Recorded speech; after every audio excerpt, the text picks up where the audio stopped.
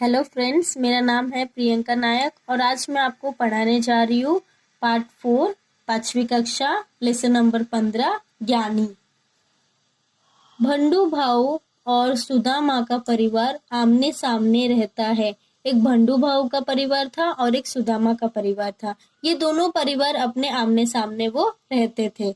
दोनों के बच्चे आपस में साथ साथ हंसते खेलते हैं। दोनों परिवार एक दूसरे के सुख दुख में सहभागी होते थे। सुख दुख अपना बांटते थे एक दूसरे को। दोनों की मातृभाषा भिन्न है, मतलब उनके जो भाषाएं हैं दोनों के अलग अलग थे। इसके चलते एक ही शब्द के दोनों भाषाओं में अलग अलग अर्थ होने के कारण कई बार उनके बीच मनोरंजक स्थिति बन जाती थी। ऐसा ही स्थिति आज भी बनी, मतलब दोनों की भाषाएं अलग होने के कारण कभी कभार दोनों की भाषाएं भिन्न थी। कभी कभी वो दोनों भाषाएं समझ नहीं पाते थे। भंडू भाऊ उन्होंने कहा, मना करने के बाद भी बच्चे बरसात में भीग रहे हैं, अंदर बुलाकर उन्हें शिक्षा दो। भंडू भाऊ का कहना था कि बच्चे भीग रहे हैं बरसात में तो उनको बुलाओ अंदर और शिक्षा दो कि भीगना अच्छी बात नहीं है, बीमार पड़ जाएंगे। सुदामा, अरे भंडू भाऊ, मैं क्यों शिक्षा दूं? शिक्षा तो उन्हें विद्यालय में मिल जाती है। सुदामा का कहना था कि अरे भंडू भाऊ, शिक्षा मैं क्यों दूं? शिक्षा तो उन्हें विद्यालय में मिल जाती है, मतलब शिक्षा तो हम क्यों देंगे, विद्यालय में शिक्षा मिलती है। पर भंडू भाऊ का कहना था कि शिक्षा ये दो कि मतलब बरसात में भीगना नहीं चाहिए, पर सुदामा को वो नहीं समझ पाए। भंडू भाऊ फिर कहते हैं, भंडू भाऊ, तो क्या बच्चे ऐसे ही भीगते रहेंगे? भंडू भाऊ ने कहा, तो क्या बच्चे ऐसे ही बरसात में भीगते रहेंगे? सुदामा ने कहा, बच्चे तो बंदर होते हैं इसलिए खेलते ही रहेंगे।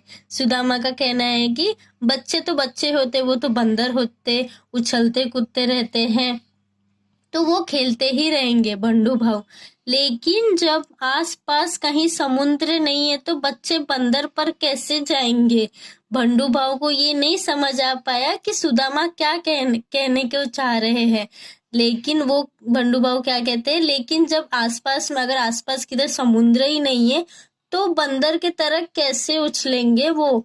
सुदामा, अच्छा जरा बैठो, मैं भीगा हुआ हूँ, उनका स्वेटर सुखाने के लिए फैला आता हूँ।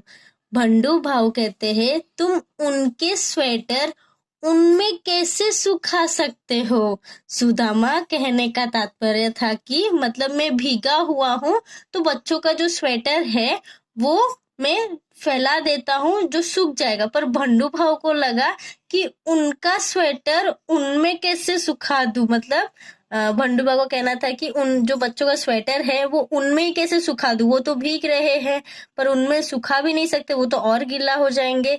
सुदामा, अच्छा यह सब छोड़ो, बेटी को खत भेजा कि नहीं? सुदामा ने कहा, ये सब बातें छोड़ो, मैं क्या आपको पूछ रहा हूँ, आपने अपनी बेटी को खत भेजा है कि नहीं? भंडू भाऊ कहते हैं, अरे सुदामा, खत तो खेत में डालते हैं, बेटी को क्यों भेजूं? भंडू भाऊ नहीं समझ पाए उनकी बातों को, तो भंडू भाऊ ने कहा, मैं तो खत तो खेत में डालते हैं, आप लोग तो जानते हैं कि खेत में हम खत डालते, पर खेत और खत में अलग मतलब रहता है। यदि वे दोनों हिंदी और मराठी भाषा समझते तो शायद ये स्थिति नहीं बनती। एक हिंदी भाषा थी और एक मराठी भाषाएं थी, पर वो दोनों भाषाएं वो दोनों नहीं समझ पाते थे। इसके लिए कई बार वो दोनों भाषाएं में स्थिति नहीं बन पाती थी। इसलिए कहते हैं कि जो जितनी अधिक भाषाएं सीखता है उसका ज्ञान उतना ही बढ़ता है। इसका तात्पर्य है कि हम जितना भाषाएं सीखेंगे हमारे लिए ही ये ज्ञान रहेगा, हम समझ पाएंगे और हम सबकी भाषाएं को समझ के हम वो काम कर पाएंगे।